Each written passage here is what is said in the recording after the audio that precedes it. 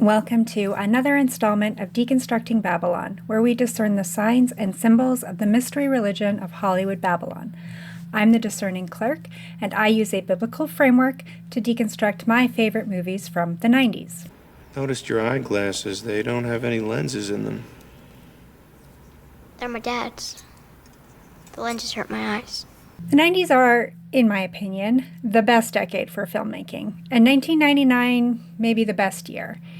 It was the year I graduated high school, it was the year of Y2K panic, and it was the year we got The Matrix, Fight Club, and today's selection, which sat on my top 5 list for 25 years. Office Space is another workplace setting movie that came from the creative mind that brought us animated classics like Beavis and Butthead and King of the Hill.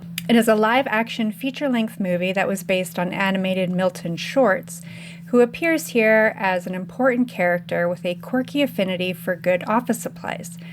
But we'll get to him. The Video Movie Guide gives it 3 stars and says this: Mike Judge, the creator of Beavis and Butthead, turns his Milton animated shorts into a crude but funny whack-it life in the white-collar trenches. A computer programmer begins dropping out of the rat race when his hypnotherapist drops dead during their first session. His sudden professional nonchalance and candid conversations with company consultants lead to promotions as he dates a waitress and stages a computer swindle. Rated R. That's basically what I said. This movie saw greater success on home video than the theater release, and it's become a cult classic that has the most quotable lines, relatable characters, and produces genuine laughs no matter how many times I watch it. But if there's something I think I've discovered, it's that creators of adult animation specifically have a special way they use symbolism and point back to the mystery religion. If you're new here, or if you're not and you're still trying to figure out what it is I actually do, let me just say I try not to take myself too seriously. But I do take God's word very seriously. I like to say I take him at his word, and when he says something through his word, through his Son, and by his Spirit, I listen and obey. Before Jesus ascended to the right hand of his Father in heaven, his disciples asked him what the signs would be of his promised return. Messiah understood what the signs would be and had already explained it to them. But he told them not to be deceived, as many false prophets would come with a false gospel preaching a false Christ, that the deception is so strong that even the elect could believe the lie. I've been deceived for a long time. I've been lied to by the world, the church, and even my own family. And while we expect the lies from the world, the enemy has worked hard to use every system to lull us into a false sense of salvation and security. And Hollywood Babylon has been one of the main tools he uses to do this. I don't want to be deceived anymore, and I don't want any of you to be deceived. And please don't take my word for it. Know the word for yourself. And as always, I pray Yahweh reveals the truth to you, should he see fit to do so. Let's see what we see in Office Space. The movie opens on morning bumper-to-bumper rush hour traffic with a generic cityscape in the background. This is one of those rare movies that doesn't specify where it's set, neither LA or New York, as it's meant to speak to every city, every workplace, and every man. We meet Peter Gibbons in the stop-and-go routine, hands firmly at 10 and 2, as an old man with a walker moves quicker than the traffic he's stuck in. He makes the rookie mistake of changing lanes when the vehicles start to move and never gets ahead. Then we meet Michael Bolton, his name a running gag throughout as he's named for a popular 90s easy-listening recording artist that he's nothing like. He's a super white tech guy who loves gangster rap, but it comes across as appropriation rather than appreciation. Finally, to round out the trio is Samir, who is all of us stuck in the endless rat race. At work in the parking lot, we see manager Bill Lumberg, who drives a Porsche 911 model, which is a symbol of September 11th, 2001, which was 2 years after this movie came out. You may think it's a stretch, but the luxury sports car is something Hollywood Babylon has used historically to point to the terror attack. Once inside the office, everyone files quietly to their assigned place, and Peter is already clearly over it. His manager Bill comes over to give him some corporate jargon and correct Peter's mistake. You see, we're putting the cover sheets on all TPS reports now before they go out. Did you see the memo about this? Peter shares a space with the mumbling Milton, the original Office Space character. I was told that I could listen to the radio at a reasonable volume from 9 to 11. And there it is again, 9/11. Cut to one of the main villains in any office setting, the network printer copier. I think it's lucky I'm not armed. Michael and Samir share a workstation, and we get our first of many jokes about Michael's famous namesake. No way. Why should I change? He's the one who sucks. The three colleagues leave the office to go for coffee at a local restaurant. Just coffee. Okay. Sounds like a case of the Mondays. Peter laments to his fellow techs about the poor treatment they endure at their workplace, and Michael casually threatens installing a computer virus that would devastate the company. I don't understand. I could program a virus that would rip that place off big time. Then we briefly see server Joanna, the main reason Peter likes going to Tchotchke's, this particular restaurant. He wants to ask her out, but we find out he has a girlfriend. They aren't happy together, but they try to work it out in counseling. Well, I don't think any occupational hypnotherapist is going to help you solve any of your problems. After the extended coffee break, the guys learn about an impending staff meeting that causes them some anxiety. Peter gets home and we meet his duplex neighbor, and one of my favorite characters, Lawrence. If you want to talk to me, just come over. Lawrence isn't a white-collar worker like Peter. He's a blue-collar, safety vest-wearing, hard-hat construction worker. And while that kind of work has its own pitfalls, Lawrence doesn't have the same kind of stress about his work like Peter does. Oh, I gotta wake my ass up at 6 a.m. every day this week.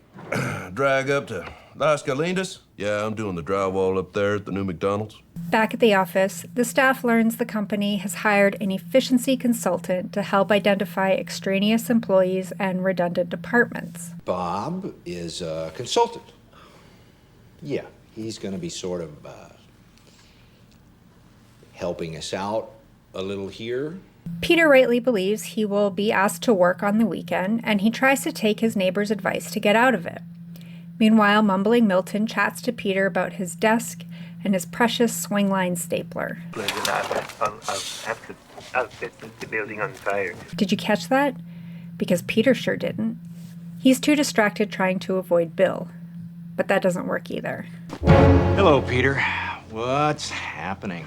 That night, Peter attends a group therapy session with his girlfriend, Anne. But the session isn't about their relationship problems. Peter wants help with how he feels about his chosen occupation. Dr. Swanson, the hypnotherapist, begins his treatment on Peter but has a heart attack and dies before he can finish, leaving Peter in a dazed and blasé state. Dr. Swanson! Ooh! Ooh! Is he breathing? Call 911. Oh. Another reference to 9/11. The next day, Saturday, Peter remains in his unconcerned state and doesn't go in the office, but stays in bed. Bill calls several times and leaves several messages trying to get Peter into work. Because I didn't feel like it. To be fair, it is a Sabbath day and he shouldn't go to work. He ought to rest, but that's beside the point. Monday comes around and Peter still doesn't go into the office. Instead, he goes to Tchotchke's to finally ask out Joanna. During their conversation, I noticed a sign on the wall advertising Crescent Beverages, but their logo is a crescent moon and star, which looks exactly like the symbol for Islam. Maybe it's nothing, but Islam extremists were the ones to be held responsible for 9/11, and there have been 3 references to that terror attack already. It's suspicious and intentional. During this time, Initech employees are re-interviewing for their jobs with the efficiency consultants. When it's Michael's turn, he panders to these men about his despised namesake. So tell me, what's your favorite song of his? I don't know. I guess I sort of like them all. Peter and Joanna get to know each other at an awkward first date, and we see glimpses of the headaches of working in the food service industry. We're actually required to wear 15 pieces of flair. Peter makes a comment about one of her pieces of flair, a button that references Dorothy in The Wizard of Oz, which is an oft-used symbol in Hollywood Babylon as a pointer to drug-induced mind control, which is ironic considering Peter has had his brainwashed by suggestion. Peter tells Joanna about his job at Initech and the Y2K switch. If you weren't alive or aware of this time, the fear campaign in 1999 was that when the clock turned midnight into the year 2000, the computers will all think it was 1900 and would stop working, or something. It doesn't really matter. Peter confesses on his first date with Joanna that he doesn't like working or paying bills, so he isn't going to do it anymore, which basically makes him a lazy bum, and that doesn't seem too appealing for a romantic partner. But Joanna doesn't see that as a red flag because they both like watching kung fu movies. I love kung fu. Meanwhile, Bill does the unthinkable to Milton and takes away his beloved swingline stapler. Okay, but I could set the building on fire. Peter comes into the office finally, but not to work or even to make excuses for his absence. Instead, he sits with the consultants and gives them the truth about his experience working at Initech. And instead of putting his job in jeopardy, his forthrightness impresses the Bobs and gives him management opportunities. Good luck with your layoffs, all right? I hope your firings go really well. Excellent. Great. Writer, director, creator Mike Judge makes an uncredited cameo as Stan, Joanna's manager at the restaurant. People can get a cheeseburger anywhere, okay? They come to tchotchkes for the atmosphere and the attitude. We get a nice little montage which includes a scene of Peter catching a fish. This feels like a reference to the Apostle Peter, whom Messiah called from the fishing boat into ministry. He goes from being a fisherman to being a fisher of men. Looks like you've been missing a lot of work lately. I wouldn't say I've been missing it, Bob. The Bobs tell Peter they're going to lay off Samir and Michael while promoting Peter to a higher position with higher pay. And Peter tells his friends about it, knowing it's unfair to them. But together they plan to install a virus that takes a portion of a percentage of interest earned and puts it into a bank account instead of rounding off. It's like Superman 3. Michael writes the code, Samir installs it in the software, and Peter has become the fisher of men into his new belief system to damn the man. Look, I don't know about you guys, but I'm tired of being pushed around. Aren't you? Yes, Peter.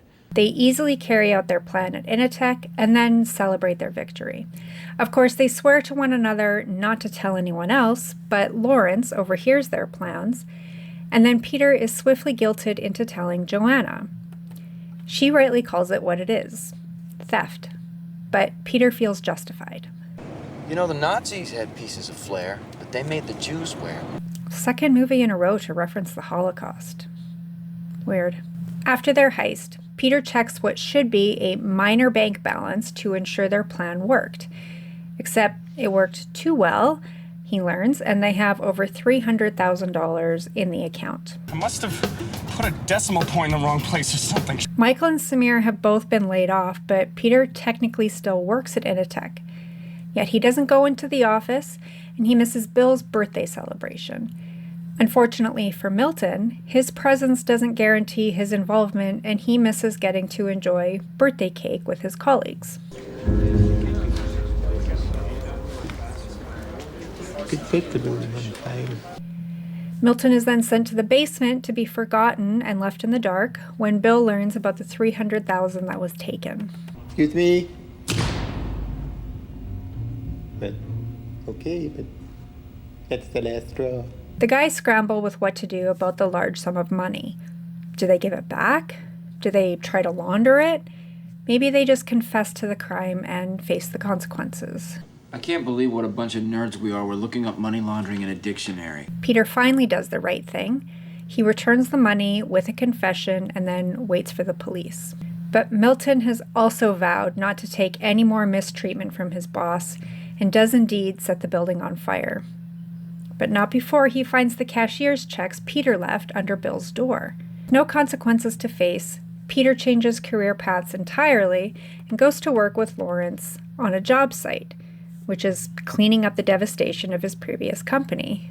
The ashes of his former life, perhaps. No, thanks. I'm doing good here. The movie ends with Milton on a beach in Mexico, and still he isn't satisfied. I could put strychnine in the guacamole. There was salt on the glass, big grains of salt. As the credits roll, we get a few blooper scenes, and I'm always here for that. You might be thinking what the symbolism here was pointing to, and I identified quite a bit of duality, though I didn't really mention it throughout. The two Bobs, first of all, as the consultants. There were also numerous times we were shown the blue and red Pepsi logo. This is more than mere product placement, but points to the blue and red of the Masonic pillars, Boaz and Jachin. I especially noticed the prevalence when Joanna was in scene, perhaps pointing to her and Peter being themselves the pillars. Yet they both stood at the end, so perhaps not. There was a vagueness to the setting and story, but also specificity regarding the time in which it was set. It speaks about office work and also retail work, but doesn't touch on the pitfalls of hard labor or even management. On the contrary, it makes hard labor look like it's the easy choice, and management is portrayed as the enemy. Right at the end, when Peter and Lawrence are busy shoveling, what looks like their foreman approaches them, probably to check Peter's work. But we're already zoomed out by then. Don't we know that it's not easy to do any work? In fact, way back in the garden, the consequences of Adam's sin, the ground will be hard to work and it will bear fruit under difficulty.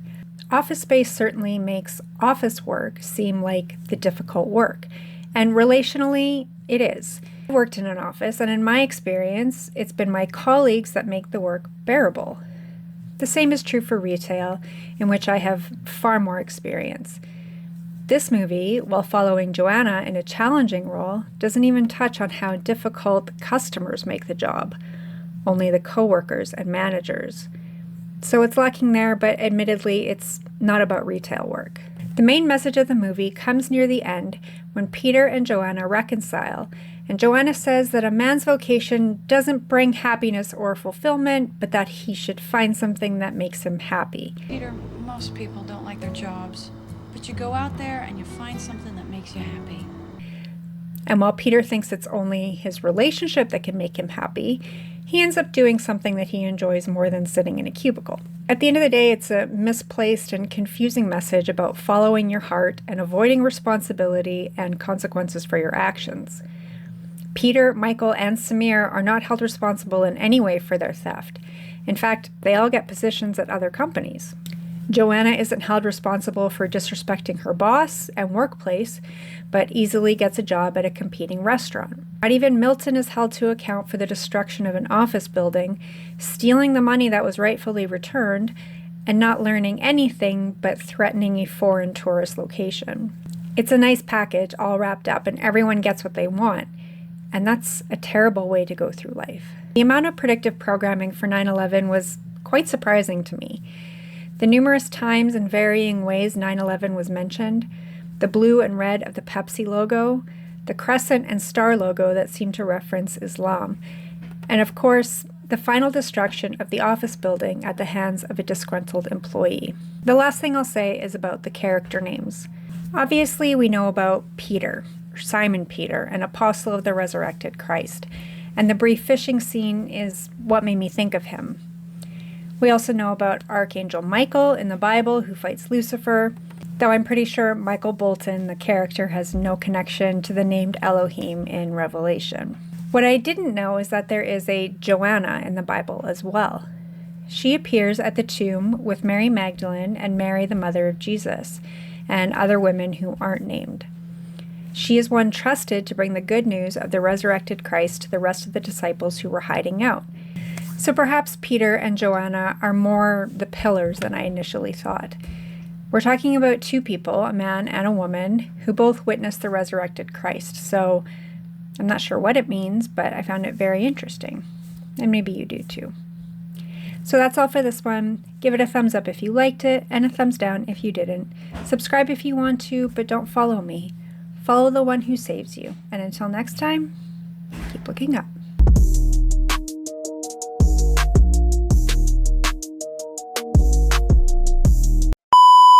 Yeah. If you could just go ahead and make sure you do that from now on, that would be great.